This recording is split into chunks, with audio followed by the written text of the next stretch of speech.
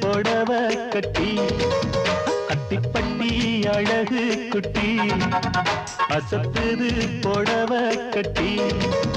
ஒரு பொட்டுதான் வச்சு விடவா மூணு கட்டுதான் கட்டி விடவா இந்த கட்டில் அடுத்து ஒரு தொட்டில் இருக்கும் ஆறு கட்டி புடிச்சு ஒரசு அத்திப்பட்டி அழகு குட்டி அசத்துது புடவ